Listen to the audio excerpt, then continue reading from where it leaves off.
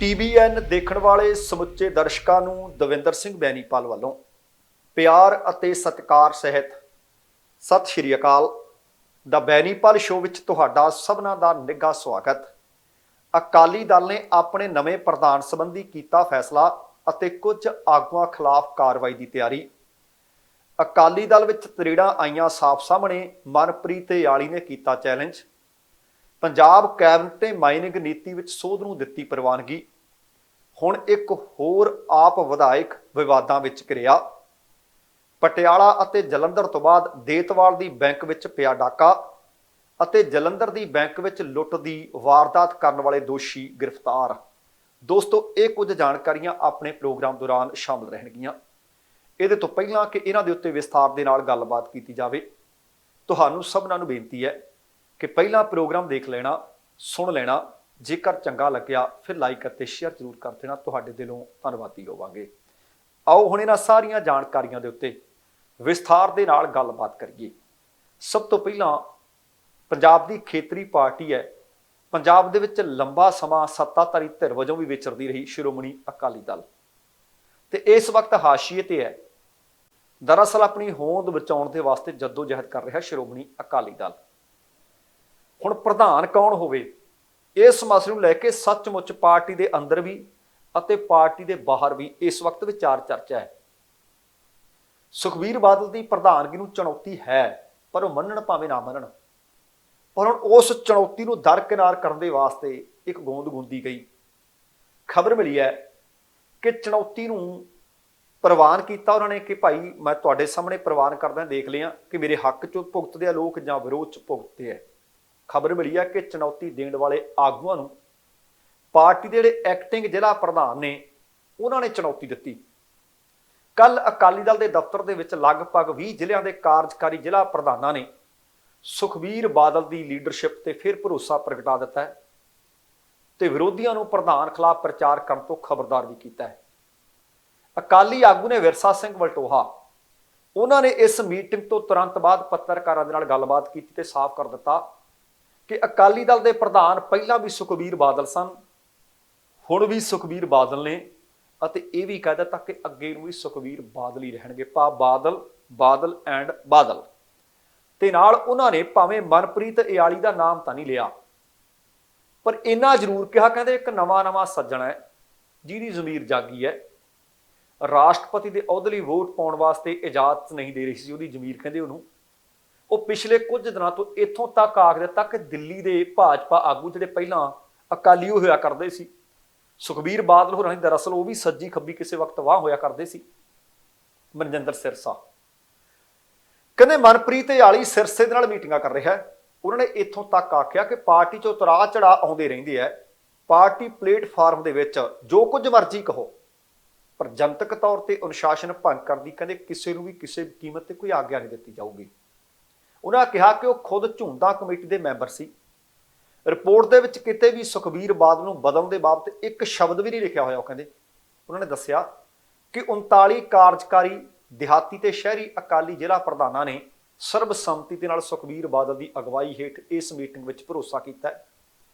ਇਕਬਾਲ ਸਿੰਘ ਝੁੰਦਾ, ਵਿਰਸਾ ਸਿੰਘ ਵਲਟੋਹਾ ਅਤੇ ਮਨਤਾਰ ਬਰਾੜ ਨੇ ਸਾਂਝੀ ਪ੍ਰੈਸ ਕਾਨਫਰੰਸ ਕੀਤੀ ਅਤੇ ਸੁਖਬੀਰ ਬਾਦਲ ਦੀ ਲੀਡਰਸ਼ਿਪ ਤੇ ਸਵਾਲ ਚੁੱਕਣ ਵਾਲਿਆਂ ਨੂੰ ਉਹਨਾਂ ਨੇ ਇਹ ਆਖਿਆ ਕਿ ਉਹ ਆਪਣੇ ਮਤਭੇਦਾਂ ਬਾਰੇ ਪਾਰਟੀ ਦੀ ਢੁਕਵੀਂ ਫੋਰਮ ਤੇ ਗੱਲਬਾਤ ਕਰ ਸਕਦੇ ਆ, ਪਰ ਅਨੁਸ਼ਾਸਨ ਭੰਗ ਕਰਨ ਦੀ ਆਗਿਆ ਨਹੀਂ ਦਿੱਤੀ ਜਾਊਗੀ। ਤੇ ਨਾਲ ਕਿਹਾ ਕਿ ਅਨੁਸ਼ਾਸਨ ਭੰਗ ਕਰਨ ਵਾਲਾ ਪਾਰਟੀ ਦਾ ਸ਼ੁਭ ਚਿੰਤਕ ਨਹੀਂ ਹੋ ਸਕਦਾ। ਅਕਾਲੀ ਆਗੂਆਂ ਨੇ ਕਿਹਾ ਕਿ ਕੇਂਦਰ ਸਰਕਾਰ ਖੇਤਰੀ ਪਾਰਟੀ ਨੂੰ ਅਸਥਿਰ ਕਰਨ ਵਾਸਤੇ ਸਾਜ਼ਿਸ਼ ਘੜ ਰਹੀ ਹੈ। ਭਾਜਪਾ ਨੇ ਮਹਾਰਾਸ਼ਟਰ ਦੇ ਵਿੱਚ ਕਹਿੰਦੇ ਸ਼ਿਵ ਸੈਨਾ ਨੂੰ ਕਮਜ਼ੋਰ ਕੀਤਾ, ਪਰ ਬਿਹਾਰ ਦੇ ਵਿੱਚ ਨਿਤੀਸ਼ ਕੁਮਾਰ ਬਚ ਗਿਆ। ਪਰ ਭਾਜਪਾ ਅਕਾਲੀ ਦਲ ਨੂੰ ਕਮਜ਼ੋਰ ਕਰਨ ਵਿੱਚ ਸਫਲ ਨਹੀਂ ਹੋ ਸਕਦੀ, ਕਿਉਂਕਿ ਦਲੀਲ ਕੀ ਦਿੱਤੀ, ਕਹਿੰਦੇ ਸੁਖਬੀਰ ਕਦੇ ਹਿੱਤਾਂ ਨਾਲ ਸਮਝੌਤਾ ਨਹੀਂ ਕਰਦੇ। ਅਕਾਲੀ ਦਲ ਨੂੰ ਮਜ਼ਬੂਤ ਕਰਨ ਵਾਸਤੇ ਉਹਨਾਂ ਨੇ ਪੰਜਾਬੀਆਂ ਨੂੰ ਅਪੀਲ ਕੀਤੀ ਆ ਕਿ ਕਾਰਜਕਾਰੀ ਜ਼ਿਲ੍ਹਾ ਪ੍ਰਧਾਨਾਂ ਨੇ ਕਿਹਾ ਕਿ ਅਕਾਲੀ ਦਲ ਨੇ ਹਮੇਸ਼ਾ ਖੇਤਰੀ ਇੱਛਾਵਾਂ ਦੀ ਰਾਖੀ ਵਾਸਤੇ ਡਟ ਕੇ ਪਹਿਰਾ ਦਿੱਤਾ ਹੈ ਤੇ ਦਿੰਦਾ ਰਹੂਗਾ। ਸਾਡਾ ਕਹਿੰਦੇ ਇੱਕੋ ਇੱਕ ਏਜੰਡਾ ਹੈ, ਪੰਜਾਬ ਤੇ ਪੰਜਾਬੀਅਤ ਦੀ ਭਲਾਈ। ਹੁਣ ਇੱਥੇ ਆਪਾਂ ਰੁਕਦੇ ਹਾਂ। ਇਹ ਉਹਨਾਂ ਨੇ ਗੱਲਾਂ ਆਖੀਆਂ ਨੇ। ਹੁਣ ਤੁਸੀਂ ਕਮੈਂਟ ਬਾਕਸ 'ਚ ਲਿਖ ਦਿਓ ਕਿ ਕੀ ਸੱਚਮੁੱਚ ਇਹ ਪਾਰਟੀ ਹਿੱਤਾਂ ਵਾਸਤੇ, ਪੰਜਾਬ ਦੇ ਹਿੱਤਾਂ ਵਾਸਤੇ ਜਾਂ ਪਰਿਵਾਰ ਦੇ ਹਿੱਤਾਂ ਵਾਸਤੇ ਜਦੋਜਹਿਦ ਕਰਦੇ ਰਹੇ। ਇਹ ਕਹਿੰਦੇ ਕਦੇ ਅਸੀਂ ਹਿੱਤ ਦਾ ਤੇ ਨਹੀਂ ਲਾਏ। ਇਹ ਕਹਿੰਦੇ ਅਸੀਂ ਤਾਂ ਵਚਨਬੱਧ ਹਾਂ। ਲੰਬਾ ਸਮਾਂ ਹੋ ਗਿਆ, ਵਚਨਬੱਧਤਾ ਕੀ ਹੈ? ਉਹ ਕਹਿੰਦੇ ਨੇ ਕਿ ਅਸਲ ਦੇ ਵਿੱਚ ਕੁਝ ਕੁ ਲੋਕ ਵਿਰੋਧਤਾ ਕਰਦੇ ਆ, ਪਰ ਪਾਰਟੀ ਦੇ ਲੋਕ, ਪਾਰਟੀ ਦੇ ਵਰਕਰ ਸੁਖਬੀਰ ਬਾਦਲ ਦੇ ਹੱਕ 'ਚ ਖੜੇ ਆ। ਹੋ ਸਕਦਾ ਭਾਈ ਵਰਕਰ ਹੱਕ 'ਚ ਖੜੇ ਹੋਣ, ਪਰ ਚੋਣ ਨਤੀਜੇ ਤੁਹਾਨੂੰ ਸਾਫ਼ ਨਹੀਂ ਕਰਦੇ ਕਿ 17 ਦੇ ਚੋਣ ਨਤੀਜੇ ਕੀ ਸੀ, 22 ਦੇ ਚੋਣ ਨਤੀਜੇ ਕੀ ਨੇ, ਜ਼ਿਮਨੀ ਚੋਣ ਦੇ ਕੀ ਚੋਣ ਨਤੀਜੇ ਨੇ। ਬਾਕੀ ਤਾਂ ਤੁਸੀਂ ਆਪਣਾ ਵਿਚਾਰੋ, ਪਰ ਚੋਣ ਨਤੀਜਿਆਂ ਤੇ ਵੀ ਇੱਕ ਵਾਰੀ ਝਾਤ ਮਾਰੋ। ਇਕਬਾਲ ਸਿੰਘ ਝੁੰਦਾ ਨੇ ਵੀ ਕਿਹਾ ਕਿ ਉਹਨਾਂ ਦੀ ਅਗਵਾਈ ਵਾਲੀ ਪਾਰਟੀ ਦੀ ਸਬ ਕਮੇਟੀ ਨੇ ਕੁੱਲ 42 ਸੁਝਾਅ ਦਿੱਤੇ ਸੀ। ਇਹ ਸਮੇਂ-ਸਮੇਂ ਸਿਰ ਲਾਗੂ ਕਰ ਦਿੱਤੇ ਜਾਣਗੇ। ਉਹਨਾਂ ਨੇ ਕਿਹਾ ਕਿ ਅਸੀਂ ਮੰਨਦੇ ਹਾਂ ਕਿ ਬੀਤੇ ਸਮੇਂ 'ਚ ਗਲਤੀਆਂ ਹੋਈਆਂ ਨੇ, ਪਰ ਇਹਨਾਂ ਨੂੰ ਦਰੁਸਤ ਕੀਤਾ ਜਾਊਗਾ। ਉਹਨਾਂ ਨੇ ਕਿਹਾ ਕਿ ਤੁਸੀਂ ਵੇਖੋਗੇ ਕਿ ਆਉਂਦੇ ਦਿਨਾਂ ਦੇ ਵਿੱਚ ਅਕਾਲੀ ਦਲ ਦੇ ਵਿੱਚ ਵੱਡੀਆਂ ਤਬਦੀਲੀਆਂ ਹੋਣਗੀਆਂ। ਦੱਸਣਾ ਬਣਦਾ ਕਿ ਅਕਾਲੀ ਦਲ ਦੇ ਵਿੱਚ ਬਦਲਾਅ ਨੂੰ ਲੈ ਕੇ ਸੀਨੀਅਰ ਆਗੂਆਂ ਦੇ ਵੱਲੋਂ ਵੱਖਰੀਆਂ ਮੀਟਿੰਗਾਂ ਵੀ ਕੀਤੀਆਂ ਜਾ ਰਹੀਆਂ ਨੇ। ਪਾਰਟੀ ਦਾ ਜਥੇਬੰਦਕ ਢਾਂਚਾ ਇਸ ਵਕਤ ਭੰਗ ਕੀਤਾ ਹੋਇਆ ਹੈ, ਪਰ ਉਹ ਜਥੇਬੰਦਕ ਢਾਂਚਾ ਭੰਗ ਕਰਨ ਤੋਂ ਬਾਅਦ ਪਾਰਟੀ ਪ੍ਰਧਾਨ ਸੁਖਬੀਰ ਬਾਦਲ ਨੇ ਸਾਬਕਾ ਮੰਤਰੀ ਸਿਕੰਦਰ ਸਿੰਘ ਮਲੂਕਾ ਦੀ ਅਗਵਾਈ ਦੇ ਹੇਠ 5 ਮੈਂਬਰੀ ਇੱਕ ਅਨੁਸ਼ਾਸਨੀ ਕਮੇਟੀ ਬਣਾ ਦਿੱਤੀ ਸੀ। ਜਾਣਕਾਰੀ ਤਾਂ ਇਹ ਵੀ ਮਿਲ ਰਹੀ ਹੈ ਕਿ ਆਉਂਦੇ ਦਿਨਾਂ ਦੇ ਵਿੱਚ ਸਾਬਕਾ ਮੈਂਬਰ ਪਾਰਲੀਮੈਂਟ ਜਗਮੀਤ ਸਿੰਘ ਬਰਾੜ ਅਤੇ ਮੌਜੂਦਾ ਵਿਧਾਇਕ ਮਨਪ੍ਰੀਤ ਇਆਲੀ ਤੇ ਅਨੁਸ਼ਾਸਨੀ ਕਾਰਵਾਈ ਹੋ ਸਕਦੀ ਹੈ।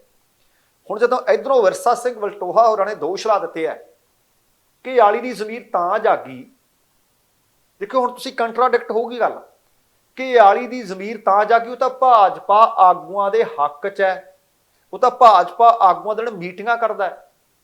ਵਲਟੋਹਾ ਸਾਹਿਬ ਦੀ ਮੈਨੂੰ ਇਹ ਗੱਲ ਨਹੀਂ ਸਮਝ ਆਈ ਕਿ ਜੇ ਉਹ ਹੱਕ 'ਚ ਨੇ ਫਿਰ ਉਹਨਾਂ ਦੀ ਉਮੀਦਵਾਰਾਂ ਨੂੰ ਵੋਟ ਪਾਉਣ ਤੋਂ ਇਨਕਾਰ ਕਿਉਂ ਕਰਦੇ ਨੇ? ਆਹੀ ਤਾਂ ਗੱਲ ਤੁਹਾਡੇ ਪ੍ਰਧਾਨ ਜੀ ਕਹਿੰਦੇ ਸੀ ਕਿ ਵੋਟ ਉਹਨਾਂ ਨੂੰ ਪਾਉਣੀ ਹੈ, ਪਰ ਇਆਲੀ ਨੇ ਤਾਂ ਵੋਟ ਨਹੀਂ ਪਾਈ। ਮੈਨੂੰ ਸਮਝ ਨਹੀਂ ਆਈ ਕਿ ਉਹ ਕਹਿਣਾ ਕੀ ਦਰਅਸਲ ਚਾਹੁੰਦੇ ਆ। ਪਰ ਇੱਥੋਂ ਇੱਕ ਗੱਲ ਨਿਕਲ ਕੇ ਸਾਹਮਣੇ ਆ ਗਈ ਕਿ ਅੰਦਰੂਨੀ ਬਗਾਵਤ ਹੈਗੀ ਆ। ਦਾਖਾ ਤੋਂ ਅਕਾਲੀ ਦਲ ਦੀ ਟਿਕਟ ਤੇ ਚੋਣ ਲੜੀ ਸੀ ਮਨਪ੍ਰੀਤ ਇਆਲੀ ਨੇ। ਪੂਰੇ ਮਾਲਵੇ ਖਿੱਤੇ ਦੇ ਵਿੱਚੋਂ ਇਕੱਲੇ ਮਨਪ੍ਰੀਤ ਇਆਲੀ ਜਿੱਤੇ ਸੀ। ਵੱਡੇ ਵੱਡੇ ਥੰਮ ਡਿੱਗ ਗਏ ਸੀ। ਪ੍ਰਕਾਸ਼ ਸਿੰਘ ਬਾਦਲ, ਸੁਖਬੀਰ ਸਿੰਘ ਬਾਦਲ ਸਮੇਤ ਉਹਨਾਂ ਨੇ ਹੁਣ ਵਿਰਸਾ ਸਿੰਘ ਵਲਟੋਹਾ ਨੂੰ ਚੈਲੰਜ ਕਰ ਦਿੱਤਾ। ਮੈਂ ਤੁਹਾਡੇ ਨਾਲ ਜ਼ਿਕਰ ਕਰ ਰਿਹਾ ਸੀ ਕਿ ਪ੍ਰੈਸ ਕਾਨਫਰੰਸ ਦੇ ਵਿੱਚ ਇਲਜ਼ਾਮ ਲੱਗਿਆ ਦਰਅਸਲ ਮਨਪ੍ਰੀਤ ਇਆਲੀ ਤੇ ਕਿ ਉਹ ਭਾਜਪਾ ਦੇ ਆਗੂ ਜਾਂ ਆਗੂਆਂ ਨਾਲ ਮੁਲਾਕਾਤਾਂ ਕਰ ਰਿਹਾ ਹੈ।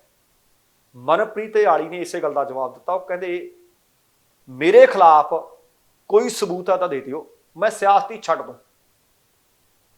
ਉਹ ਕਹਿੰਦੇ ਮੇਰਾ ਜ਼ਿਕਰ ਕੀਤਾ ਉਹਨਾਂ ਨੇ ਪ੍ਰੈਸ ਕਾਨਫਰੰਸ ਦੇ ਵਿੱਚ, ਕਿਉਂਕਿ ਇਆਲੀ ਨੇ ਰਾਸ਼ਟਰਪਤੀ ਚੋਣ ਦੇ ਵਕਤ ਐਨਡੀਏ ਉਮੀਦਵਾਰ ਦ੍ਰੋਪਦੀ ਮੁਰਮੂ ਨੂੰ ਵੋਟ ਪਾਉਣ ਤੋਂ ਇਨਕਾਰ ਕੀਤਾ ਸੀ। ਭਾਵੇਂ ਕਿ ਉਹਨਾਂ ਨੇ ਨਾਂ ਨਹੀਂ ਲਿਆ, ਪਰ ਇਹ ਕੈਸੀ ਨਵਾਂ ਸੱਜਣ ਜਿਹਦੀ ਜ਼ਮੀਰ ਜਾਗੀ ਹੈ, ਜਿਨੇ ਅਕਾਲੀ ਦਲ ਦੇ ਆਖੇ ਲੱਗ ਕੇ ਵੋਟ ਨਹੀਂ ਸੀ ਪਾਈ। ਉਹ ਕਹਿੰਦੇ ਭਾਜਪਾ ਨਾਲ ਮੁਲਾਕਾਤਾਂ ਦੇ ਮੇਰੇ ਤੇ ਦੋਸ਼ ਲਾ ਰਹੇ ਨੇ। ਮਨਜਿੰਦਰ ਸਿੰਘ ਸਿਰਸਾ ਦਾ ਨਾਮ ਵੀ ਉਹਨਾਂ ਨੇ ਖਾਸ ਤੌਰ ਤੇ ਲਿਆ ਤੇ ਹੁਣ ਮਨਪ੍ਰੀਤ ਇਆਲੀ ਚੈਲੰਜ ਕਰ ਰਿਹਾ ਹੈ। ਤੇ ਉਹਨਾਂ ਨੇ ਵਿਰਸਾ ਸਿੰਘ ਵਲਟੋਹਾ ਨੂੰ ਪੁੱਛਿਆ ਕਿ ਜੇਕਰ ਇਸ ਦੇ ਬਾਬਤ ਕੋਈ ਸਬੂਤ ਹੈ ਤਾਂ ਸਾਹਮਣੇ ਰੱਖ ਦਿਓ, ਮੈਂ ਸਿਆਸਤ ਛੱਡੂੰਗਾ। ਉਹਨਾਂ ਨੇ ਇੱਕ ਗੱਲ ਹੋਰ ਸਪਸ਼ਟ ਕੀਤੀ ਹੈ ਕਿ ਮੈਂ ਦਿੱਲੀ ਗਿਆ ਸੀ, ਪਰ ਆਪਣੀ ਧਰਮ ਪਤਨੀ ਨੂੰ ਲੈਣ ਗਿਆ ਸੀ, ਉਹ ਕੈਨੇਡਾ ਤੋਂ ਪਰਤੇ ਸੀ। ਮਨਪ੍ਰੀਤ ਇਆਲੀ ਕਹਿੰਦੇ ਸਾਡਾ ਏਜੰਡਾ ਪਾਰਟੀ ਨੂੰ ਮਜ਼ਬੂਤ ਕਰਨਾ, ਕੋਈ ਲੋਭ ਨਹੀਂ, ਕੋਈ ਲਾਲਚ ਨਿੱਜੀ ਤੌਰ ਤੇ ਹੈ ਨਹੀਂ। ਲੋਕਾਂ ਨੂੰ ਜੋ ਸਾਡੇ ਤੋਂ ਆਸ ਹੈ, ਅਸੀਂ ਉਹਨਾਂ ਮੁੱਦਿਆਂ ਤੇ ਗੱਲ ਕਰੀਏ, ਪੰਜਾਬ ਦੇ ਮਸਲਿਆਂ ਬਾਰੇ ਲੜਾਈ ਲੜੀਏ।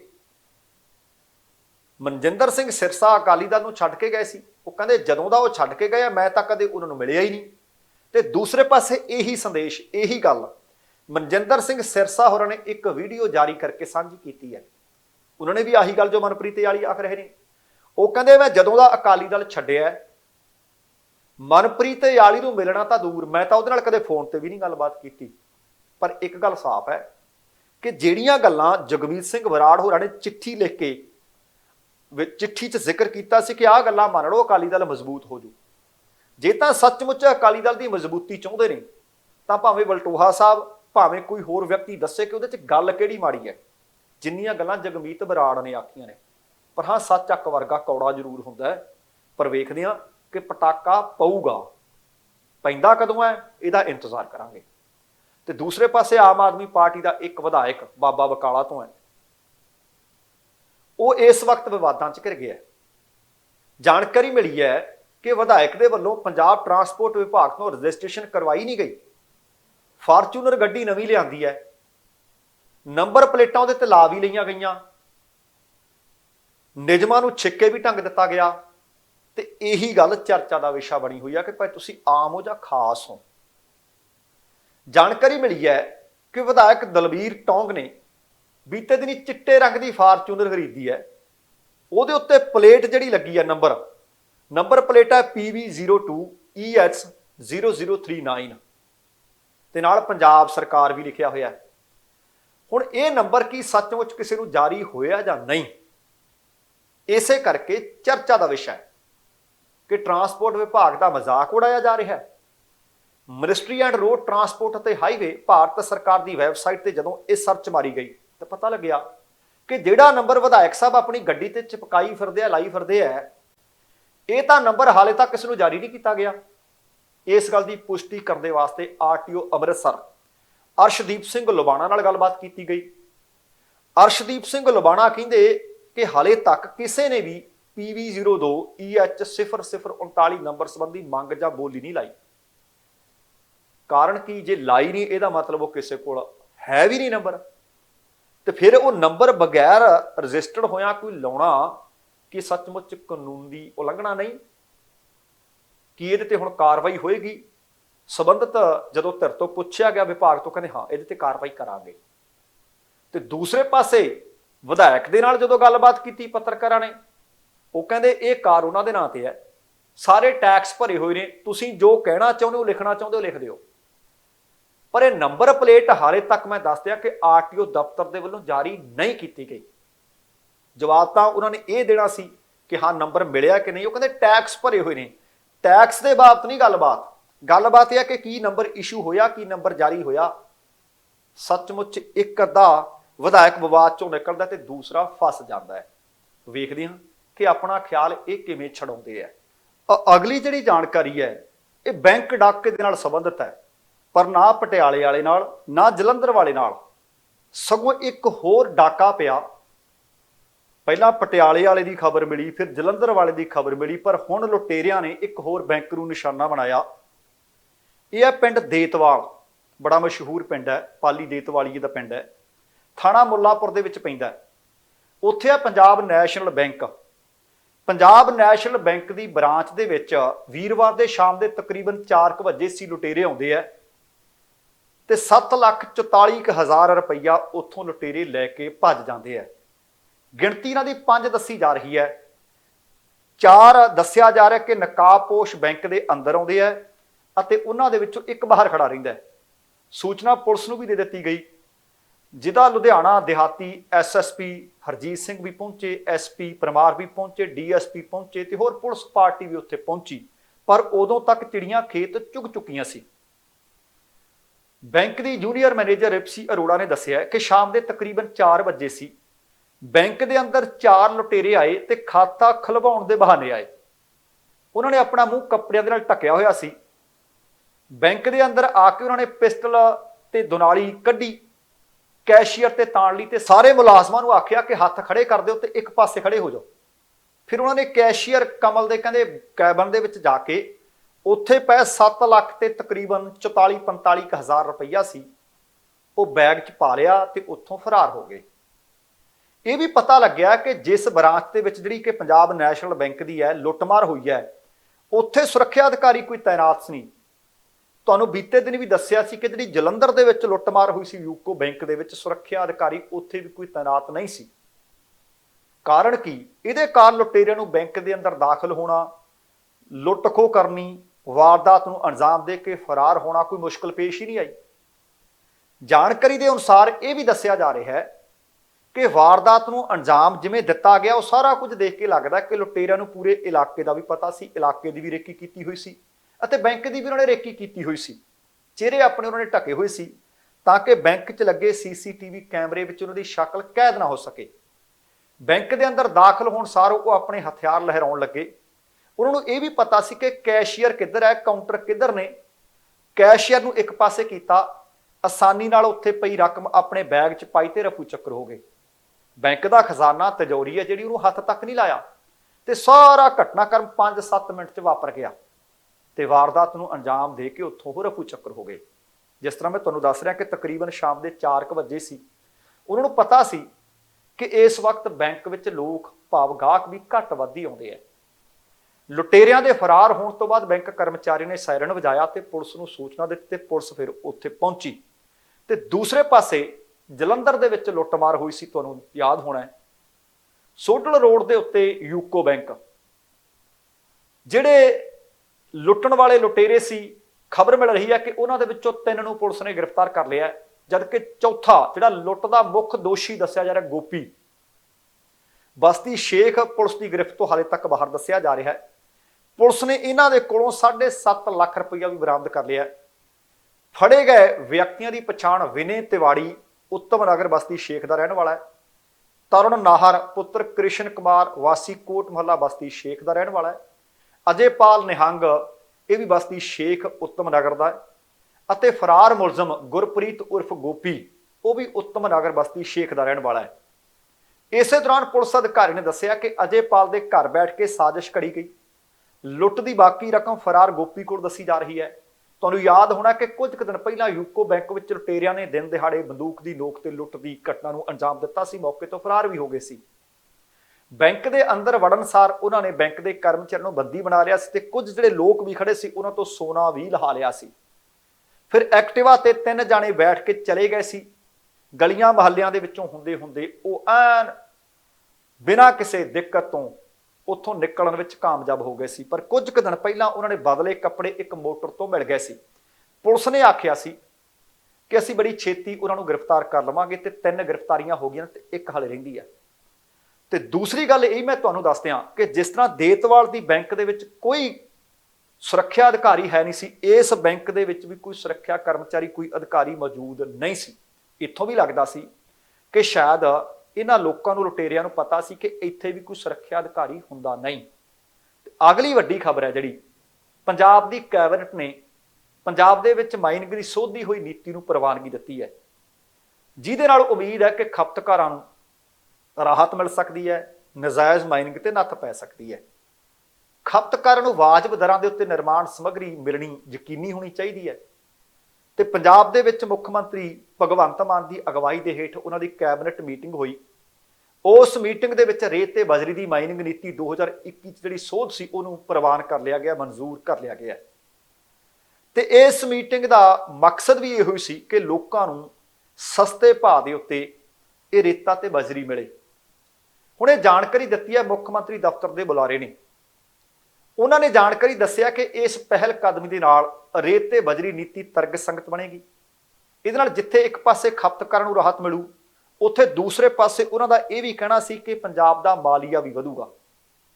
ਇਸ ਨੀਤੀ ਦੇ ਅਨੁਸਾਰ 2 ਰੁਪਏ ਤੇ 40 ਪੈਸੇ ਪ੍ਰਤੀ ਘਣ ਫੁੱਟ ਦੀ ਰਾਇਲਟੀ ਨੂੰ ਪਹਿਲਾਂ ਜਿੰਨੀ ਰੱਖਿਆ ਗਿਆ।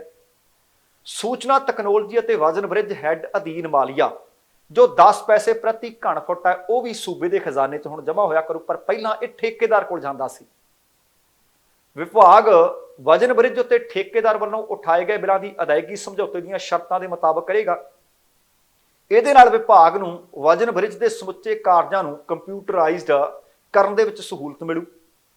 ਇਹਦੇ ਨਾਲ ਗੈਰ ਕਾਨੂੰਨੀ ਮਾਈਨਿੰਗ ਦਾ ਦਾਇਰਾ ਘਟਾਉਣ ਦੇ ਵਿੱਚ ਕਾਮਯਾਬੀ ਮਿਲੂ। ਖਪਤਕਾਰਾਂ ਦੇ ਉੱਤੇ ਵੱਡਾ ਬੋਝ ਢੋਆ ਢੁਆਈ ਦਾ ਪੈਂਦਾ ਸੀ।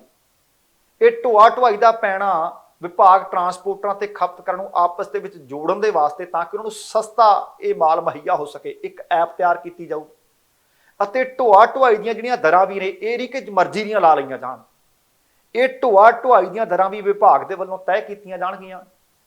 ਮੌਜੂਦਾ ਸਮੇਂ K2 ਪਰਮਿਟ ਦੀ ਥਾਂ ਬਿਲਡਿੰਗ ਪਲਾਨ ਨੂੰ ਮਨਜ਼ੂਰੀ ਦੇਣ ਵਾਲੀ ਅਥਾਰਟੀ ਵੱਲੋਂ ਜਿਨ੍ਹਾਂ ਥਾਵਾਂ ਦੇ ਉੱਤੇ ਬੇਸਮੈਂਟ ਦਾ ਨਿਰਮਾਣ ਤਜਵੀਜ਼ਤ ਹੈ ਉਹਦੇ ਲਈ 5 ਰੁਪਏ ਪ੍ਰਤੀ ਵਰਗ ਫੁੱਟ ਦਾ ਸਰਚਾਰਜ ਵਸੂਲਿਆ ਜਾਏਗਾ। ਇਹ ਜਿਹੜਾ ਪੈਸਾ ਹੈ ਸਥਾਨਕ ਸੰਸਥਾਵਾਂ ਜਾਂ ਟਾਊਨ ਪਲੈਨਿੰਗ ਅਥਾਰਟੀ ਦੇ ਵੱਲੋਂ ਇਕੱਠਾ ਕੀਤਾ ਜਾਏਗਾ। ਇਹਨੂੰ ਵਿਭਾਗ ਦੇ ਸੰਬੰਧਿਤ ਹੈੱਡ ਦੇ ਵਿੱਚ ਫਿਰ ਜਮ੍ਹਾਂ ਕਰਵਾਇਆ ਜਾਏਗਾ। ਇਹ ਸਰਚਾਰਜ ਕਿਸੇ ਵੀ ਆਕਾਰ ਦੀਆਂ ਰਹਾਇਸ਼ੀ ਘਰਾਂ ਜਾਂ ਕਿਸੇ ਹੋਰ 500 ਵਰਗ ਗਜ਼ ਦੇ ਪਲਾਟ ਦੇ ਆਕਾਰ ਉੱਤੇ ਪ੍ਰਸਤਾਵਿਤ ਇਮਾਰਤ ਲਈ ਲਾਗੂ ਨਹੀਂ ਹੋਏਗਾ। ਇਹਦੇ ਤੋਂ ਇਲਾਵਾ ਇੱਟ ਭੱਠਿਆਂ ਨੂੰ ਛੱਡ ਕੇ ਵਪਾਰਕ ਢਾਂਚੇ ਦੇ ਪ੍ਰੋਜੈਕਟਾਂ ਦੀ ਉਸਾਰੀ ਵਾਸਤੇ ਸਧਾਰਨ ਮਿੱਟੀ ਦੀ ਰਾਇਲਟੀ ਦਰ 10 ਰੁਪਏ ਪ੍ਰਤੀ ਟਨ ਰੱਖੀ ਗਈ ਹੈ। ਇਸੇ ਤਰ੍ਹਾਂ ਇਸ ਕੈਬਨਿਟ ਮੀਟਿੰਗ ਵਿੱਚ ਇੱਕ ਹੋਰ ਫੈਸਲਾ ਕੀਤਾ ਗਿਆ। ਕੈਬਨਿਟ ਨੇ ਖਪਤਕਾਰਾਂ ਨੂੰ ਰਾਹਤ ਦੇਣ ਅਤੇ ਪੰਜਾਬ ਦੇ ਖਜ਼ਾਨੇ ਲਈ ਵਾਧੂ ਮਾਲੀਆ ਉਗਰਾਉਣ ਦੇ ਵਾਸਤੇ ਕ੍ਰਸ਼ਰ ਨੀਤੀ ਨੂੰ ਤਰਕਸੰਗਤ ਬਣਾਉਣ ਨੂੰ ਵੀ ਸਹਿਮਤੀ ਦਿੱਤੀ ਹੈ। ਨਵੀਂ ਨੀਤੀ ਦੇ ਮੁਤਾਬਕ ਗੈਰ ਕਾਨੂੰਨੀ ਮਾਈਨਿੰਗ ਰੋਕਣ ਲਈ ਕ੍ਰਸ਼ਰਾਂ ਨੂੰ 5 ਹੈਕਟੇਅਰ ਜਾਂ 5 ਹੈਕਟੇਅਰ ਦੇ ਗੁਣਾਂਕ ਦੇ ਨਾਲ ਮਾਈਨਿੰਗ ਸਾਈਟ ਅਲਾਟ ਕੀਤੀ ਜਾਏਗੀ। ਪਰ ਹਰੇਕ ਕ੍ਰਸ਼ਰ ਲਈ ਇਹ ਲਾਜ਼ਮੀ ਨਹੀਂ ਕੀਤਾ ਗਿਆ ਕਿ ਉਹ ਜ਼ਰੂਰੀ ਤੌਰ ਉੱਤੇ ਇਹਨਾਂ ਸਾਈਟਾਂ ਨੂੰ ਲੈਣ। ਪੰਜਾਬ ਦੇ ਖਜ਼ਾਨੇ ਨੂੰ ਦੱਸਿਆ ਗਿਆ ਕਿ ਤਕਰੀਬਨ 225 ਕਰੋੜ ਰੁਪਏ ਦਾ ਮਾਲੀਆ ਵਧਾਉਣ ਉੱਤੇ ਕ੍ਰਸ਼ਰ ਤੋਂ ਨਿਕਲਣ ਵਾਲੇ ਮਾਲ ਉੱਤੇ 1 ਰੁਪਏ ਪ੍ਰਤੀ ਘਣ ਫੁੱਟ ਦੀ ਦਰ ਦੇ ਨਾਲ ਵਾਤਾਵਰਣ ਫੰਡ ਲਾਇਆ ਗਿਆ। ਗੈਰ ਕਾਨੂੰਨੀ ਮਾਈਨਿੰਗ ਨੂੰ ਠੱਲ ਪਾਉਣ ਦੇ ਲਈ ਮਾਈਨਿੰਗ ਸਾਈਟ ਦੇ ਨਾਲ ਕ੍ਰਸ਼ਰਾਂ ਉੱਤੇ ਸੀਸੀਟੀਵੀ ਕੈਮਰਿਆਂ ਤੋਂ ਇਲਾਵਾ ਵਜ਼ਨ ਬ੍ਰਿਜ ਲਾਉਣਾ ਲਾਜ਼ਮੀ ਕੀਤਾ ਗਿਆ। ਕ੍ਰਸ਼ਰ ਤੋਂ ਮਾਲ ਦੀ ਵਿਕਰੀ ਦੀ ਸਮੁੱਚੀ ਪ੍ਰਕਿਰਿਆ ਦੀ ਨਿਗਰਾਨੀ ਆਨਲਾਈਨ ਪੋਰਟਲ ਦੇ ਜ਼ਰੀਏ ਕੀਤੀ ਜਾਏਗੀ। ਕ੍ਰਸ਼ਰ ਰਜਿਸਟ੍ਰੇਸ਼ਨ ਫੀਸ ਵਰਤਮਾਨ 10,000 ਰੁਪਏ ਤੋਂ ਵਧਾ ਕੇ 1 ਲੱਖ ਰੁਪਏ ਕੀਤੀ ਜਾਏਗੀ। ਇਹਦੇ ਤੋਂ ਇਲਾਵਾ ਕ੍ਰਸ਼ਰ ਯੂਨਿਟਾਂ ਦੀ ਸਿਕਿਉਰਿਟੀ ਵੀ 3 ਲੱਖ ਤੋਂ ਵਧਾ ਕੇ 5 ਲੱਖ ਰੁਪਏ ਕੀਤੀ ਜਾਏਗੀ। ਕ੍ਰਸ਼ਿੰਗ ਇਕਾਈਆਂ ਨੂੰ 5 ਹੈਕਟੇਅਰ ਤੱਕ ਦੀਆਂ ਮਾਈਨਿੰਗ ਸਾਈਟਾਂ ਅਲਾਟ ਕੀਤੀਆਂ ਜਾਣਗੀਆਂ ਤਾਂ ਕਿ ਉਹਨਾਂ ਨੂੰ ਮਾਲ ਦੇ ਵਾਸਤੇ ਜਾਇਜ਼ ਸਰੋਤ ਮੁਹੱਈਆ ਹੋ ਸਕਣ। ਇਹਨਾਂ ਮਾਈਨਿੰਗ ਸਾਈਟਾਂ ਦੀ ਅਲਾਟਮੈਂਟ ਈ ਨਿਯਮਾਂ ਦੇ ਰਾਹੀਂ ਜਾਂ ਫਿਰ PMMR 2013 ਦੇ ਮੁਤਾਬਕ ਕੀਤੀ ਜਾਏਗੀ। ਦੱਸਿਆ ਗਿਆ ਕਿ ਇਹ ਕੰਟਰੈਕਟ 3 ਸਾਲਾਂ ਲਈ ਹੋਏਗਾ, ਫਿਰ ਉਹਨੂੰ ਵਧਾ ਕੇ 4 ਸਾਲ ਤੱਕ ਵੀ ਕੀਤਾ ਜਾ ਸਕਦਾ ਹੈ, ਪਰ ਸ਼ਰਤ ਨਾਲ ਇਹ ਹੈ ਕਿ ਸਾਈਟ ਉੱਤੇ ਸਮੱਗਰੀ ਉਸ ਵਕਤ ਉਪਲਬਧ ਹੋਵੇ। ਕ੍ਰਸ਼ਰ ਮਾਲਕਾਂ ਵੱਲੋਂ ਨਿਕਾਸੀ ਕੀਤੀ ਗਈ ਸਮੱਗਰੀ ਦੀ ਮਹੀਨਾਵਾਰ ਰਿਟਰਨ ਭਰਨੀ ਲਾਜ਼ਮੀ ਹੋਏਗੀ। ਕ੍ਰਸ਼ਰ ਮਾਲਕਾਂ ਨੂੰ ਉਹਨਾਂ ਵੱਲੋਂ ਪ੍ਰਮਾਣਿਤ ਸਰੋਤਾਂ ਤੋਂ ਪ੍ਰਾਪਤ ਕੀਤੀ ਗਈ ਸਮੱਗਰੀ ਤੋਂ ਵੱਧ ਆਈ ਸਮੱਗਰੀ ਉੱਤੇ ਜੁਰਮਾਨੇ ਦਾ ਭੁਗਤਾਨ ਕਰਨਾ ਪਏਗਾ। ਭੁਗਤਾਨ ਦੇ ਵਿੱਚ ਦੇਰੀ ਹੋਣ ਦੀ ਸੂਰਤ ਵਿੱਚ ਇਹ ਜੁਰਮਾਨਾ ਹੋਰ ਵੀ ਵਧਾਇਆ ਜਾਏਗਾ। ਇਸ ਨੀਤੀ ਵਿੱਚ ਇਹ ਵੀ ਤਜਵੀਜ਼ਤ ਹੈ ਕਿ ਕੋਈ ਵੀ ਉਲੰਘਣਾ ਹੋਣ ਉੱਤੇ ਰਜਿਸਟ੍ਰੇਸ਼ਨ ਰੱਦ ਜਾਂ ਫਿਰ ਮੁਅੱਤਲ ਵੀ ਕੀਤੀ ਜਾ ਸਕੇਗੀ। ਅਸਲ ਦੇ ਵਿੱਚ ਅੰਨਾ ਕੀ ਭਾਲਦਾ ਦੋ ਅੱਖਾਂ।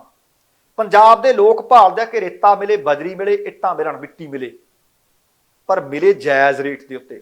ਸੱਚਮੁੱਚ ਜਦੋਂ ਤੋਂ ਸਰਕਾਰ ਆਈ ਆ ਉਹਨਾਂ ਨੇ ਨੱਥ ਪਾਉਣੀ ਸ਼ੁਰੂ ਕਰ ਦਿੱਤੀ ਤੇ ਰੇਟ ਅਸਮਾਨੀ ਚੜ ਗਿਆ। ਲੋਕ ਬਹੁਤ ਔਖੇ ਸੀ। ਨਿਰਮਾਣ ਸਮੱਗਰੀ ਦੀਆਂ ਕੀਮਤਾਂ ਅਸਮਾਨ ਨੂੰ ਟੱਚ ਕਰਨ ਲੱਗੀਆਂ ਸੀ। ਵੇਖਦੇ ਆ ਕਿ ਇਸ ਸੋਧੀ ਹੋਈ ਮਾਈਨਿੰਗ ਨੀਤੀ ਦੇ ਨਾਲ ਖਜ਼ਾਨੇ 'ਚ ਕਿੰਨਾ ਮਾਲੀਆ ਵੱਧਦਾ ਹੈ, ਆਮ ਲੋਕਾਂ ਨੂੰ ਕਿੰਨੀ ਰਾਹਤ ਮਿਲਦੀ ਹੈ। ਕਿਉਂਕਿ ਸਰਕਾਰ ਕਹਿੰਦੀ ਹੈ ਕਿ ਅਸੀਂ ਨਜਾਇਜ਼ ਮਾਈਨਿੰਗ ਬੰਦ ਕਰਨੀ ਹੈ ਤੇ ਇਹ ਲੋਕਾਂ ਦਾ ਮੁੱਦਾ ਵੀ ਰਹਿੰਦਾ ਹੈ। ਚੋਣਾਂ ਦੇ ਵਿੱਚ ਮੁੱਦਾ ਵੀ ਉੱਠਦਾ ਹੈ। ਵਿਰੋਧੀ ਧਿਰਾਂ ਵੀ ਇਸ ਮਸਲੇ ਨੂੰ ਲੈ ਕੇ ਸਮੇਂ-ਸਮੇਂ ਤੇ ਸਵਾਲ ਕਰਦੀਆਂ ਨੇ। ਹਰਜੋਤ ਬੈਂਸ ਜਿਹੜੇ ਸੰਬੰਧਿਤ ਵਿਭਾਗ ਦੇ ਮੰਤਰੀ ਨੇ ਉਹਨਾਂ ਨੇ ਵੀ ਆਖਿਆ, ਪੰਜਾਬ ਸਰਕਾਰ ਵੀ ਕਹਿੰਦੀ ਹੈ ਕਿ ਨਜਾਇਜ਼ ਮਾਈਨਿੰਗ ਅਸੀਂ ਬੰਦ ਕਰਨੀ ਹੈ। ਬੀਤੇ ਕੁਝ ਸਮੇਂ ਦੇ ਦੌਰਾਨ ਬਹੁਤ ਸਾਰਿਆਂ ਨੂੰ ਘਰੇ ਵੀ ਤੋਰਿਆ, ਕਈਆਂ ਨੂੰ ਮੁਅੱਤਲ ਕੀਤਾ, ਪਰ ਵੇਖਦੇ ਹਾਂ ਕਿ ਇਸ ਸੋਧੀ ਹੋਈ ਨੀਤੀ ਦੇ ਨਾਲ ਖਜ਼ਾਨੇ ਨੂੰ ਕਿੰਨਾ ਫਾਇਦਾ, ਆਮ ਲੋਕਾਂ ਨੂੰ ਕਿੰਨਾ ਫਾਇਦਾ ਹੁੰਦਾ ਹੈ। ਇਹ ਆਉਣ ਵਾਲਾ ਸਮਾਂ ਦੱਸੇਗਾ। ਜੋ ਵੀ ਹੋਇਆ ਤੁਹਾਡੇ ਨਾਲ ਸਾਂਝਾ ਕਰਾਂਗੇ। ਸੋ ਦੋਸਤੋ, ਇਹ ਸੀ ਕੁੱਲ ਮਿਲਾ ਕੇ ਆਪਣਾ ਅੱਜ ਦਾ ਪ੍ਰੋਗਰਾਮ। ਉਮੀਦ ਕਰ ਰਹੇ ਹਾਂ ਤੁਹਾਨੂੰ ਚੰਗਾ ਲੱਗਿਆ ਹੋਵੇਗਾ। ਜੇਕਰ ਪ੍ਰੋਗਰਾਮ ਚੰਗਾ ਲੱਗਿਆ ਤਾਂ ਕਿਰਪਾ ਕਰਕੇ ਲਾਈਕ ਅਤੇ ਸ਼ੇਅਰ ਜ਼ਰੂਰ ਕਰ ਦੇਣਾ। ਜੇਕਰ ਹਾਲੇ ਤੱਕ ਤੁਸੀਂ ਆਪਣੇ ਇਸ ਚੈਨਲ ਨੂੰ ਸਬਸਕ੍ਰਾਈਬ ਨਹੀਂ ਕੀਤਾ ਤਾਂ ਕਿਰਪਾ ਕਰਕੇ ਸਬਸਕ੍ਰਾਈਬ ਕਰਕੇ ਨੋਟੀਫਿਕੇਸ਼ਨ ਵਾਲੀ ਘੰਟੀ ਜ਼ਰੂਰ ਔਨ ਕਰ ਲੈਣੀ। ਤੁਹਾਡੇ ਦਿਲੋਂ ਧੰਨਵਾਦੀ ਹੋਵਾਂਗੇ। ਹੁਣ ਸਮਾਂ ਸਮਾਪਤ ਹੈ। ਜਾਣ ਤੋਂ ਪਹਿਲਾਂ ਕਹਾਂਗਾ, ਜ਼ਿੰਦਗੀ ਜਿੰਦਾਦਲੀ ਦਾ ਨਾਮ ਹੈ। ਦਵਿੰਦਰ ਸਿੰਘ ਬੈਨੀਪਾਲ ਨੂੰ ਆਗਿਆ ਦਿਓ। ਸਤਿ ਸ਼੍ਰੀ ਅਕਾਲ ਤੇ ਰੱਬ ਰਾਖਾ।